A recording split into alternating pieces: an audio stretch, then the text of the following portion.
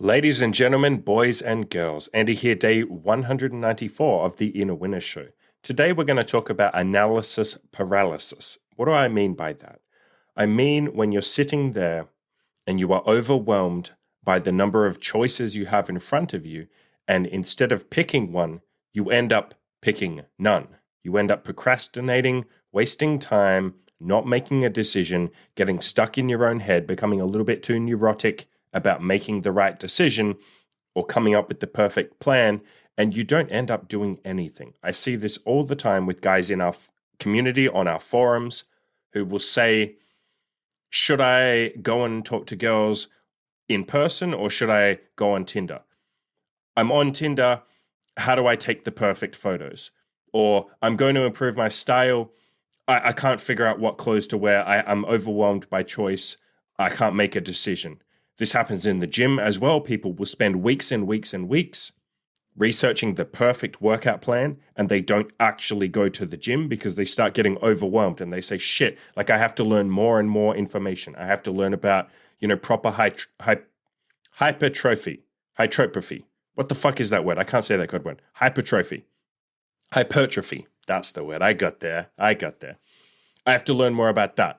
I have to learn about proper nutrition. I have to learn about which gym should I go? What is the rep range? Should I use 12 to 15 reps or should I be doing 5x5? They get too overwhelmed. And instead of actually making a decision, even if it's not the perfect decision and just getting started, they will sit there procrastinating, wasting time. I see this a ton on Tinder as well, where guys will fuck around with something stupid that really doesn't make a difference, like a Tinder bio, and they will mess around for so long trying to come up with the perfect Tinder bio, even though in my Tinder guide, I literally say the bio doesn't matter that much. Just pick any bio and go with it. I then go on to give you 20 different bios that you can literally just copy paste, and still guys will waste time not going all in, not jumping in, not diving in, because they're too afraid of making the wrong decision or not having the perfect plan.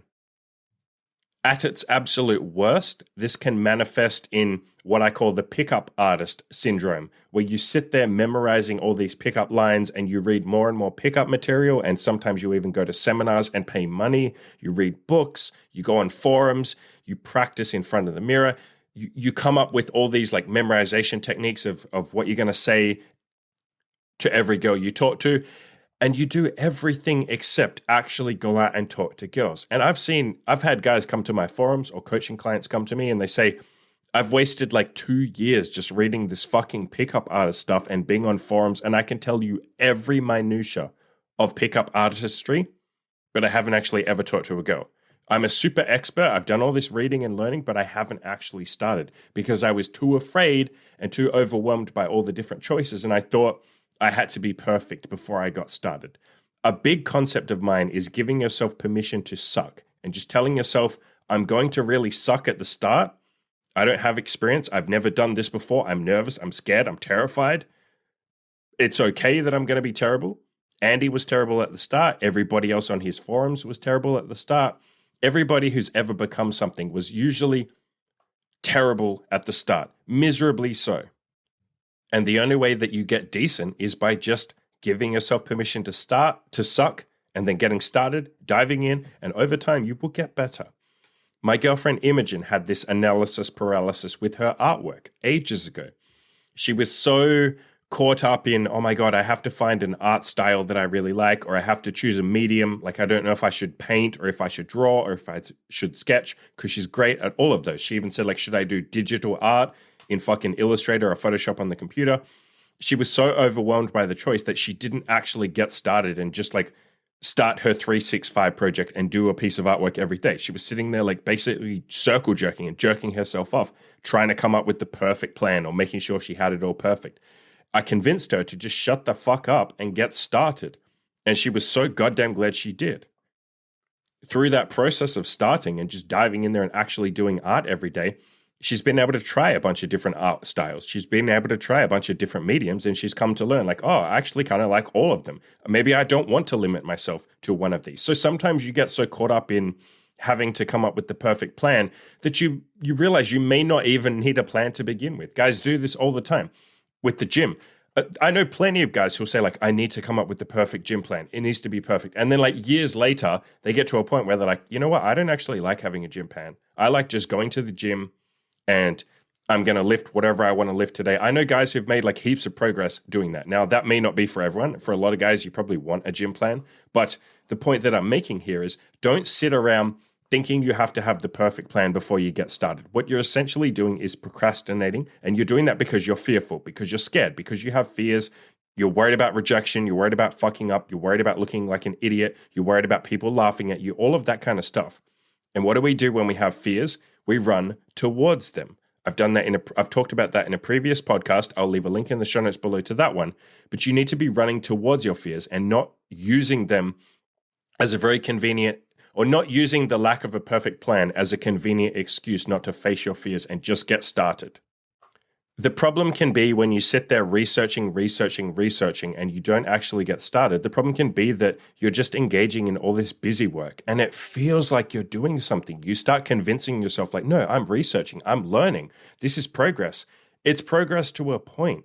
Give yourself a week at most to research something and then just dive in and get started. The real learning happens when you actually start something, because every single time you start something, you will look at your textbook or your websites or your YouTubes or like whatever the fuck you've been researching, and you'll go like, holy shit, they were missing so much information, or there's so much shit that they didn't tell me, and I figure it out on day one when I actually get started. Even my blog and my podcast, everything I've ever look at my massive Tinder guide, which is 130,000 words. Go and read that, and then the day you actually go on Tinder and start talking to girls, you're going to say like, wow, this is a lot different to what Andy told me.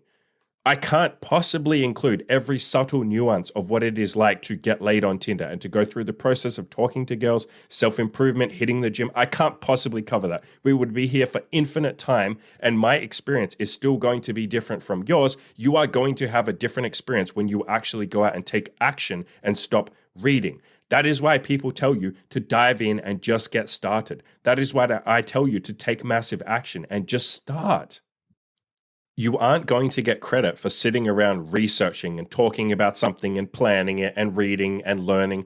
That doesn't get you credit. Yes, you need to do those steps a tiny bit. Maybe, like I said, spend a week researching. Don't do any more than that. That is your upper limit. That is your cutoff. But you're not going to get credit for that. You haven't actually started yet. That's almost like your pre-steps before you actually take the first step. That is your, preparation, but you haven't actually started yet. You don't get a pat on the back. You don't get to give yourself dopamine and be like, look, I'm starting. I'm learning. I'm just like everybody else. No, you're not. You haven't even started yet. Start.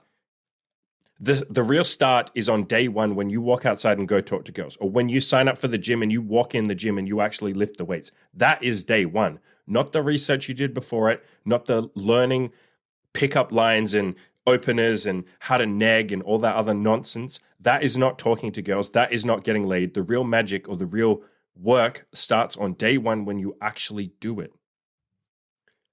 And one of the other reasons that people have this analysis paralysis is because they're overwhelmed by how scary their goal is, or how big their goal is, or how far they have to go, or how impossible it might seem.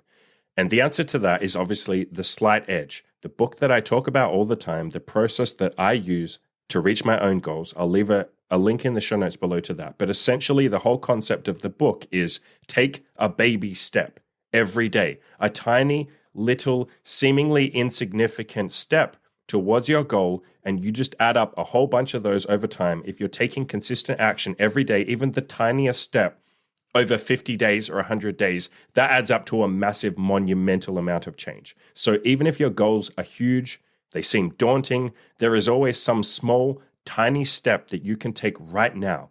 If it's losing weight, download a calorie counting app, spend 1 hour researching what, amount of calories should I eat each day for my body weight and my height, and then get started. If it's going to the gym, sign up for a gym. Don't research gyms. Obviously, you will have to research gyms to find one, but don't spend like 10 hours researching gyms. Just find one gym in your area that is decent. Hopefully, it has air conditioning and it's got heavy shit in it. That's all you need. Sign up for that gym. Doesn't matter what it costs. sign up for the fucking gym. Try not to be on a membership if you can. Just pay week by week and go to the fucking gym. That's your baby step. Your first step is to just sign up for a gym.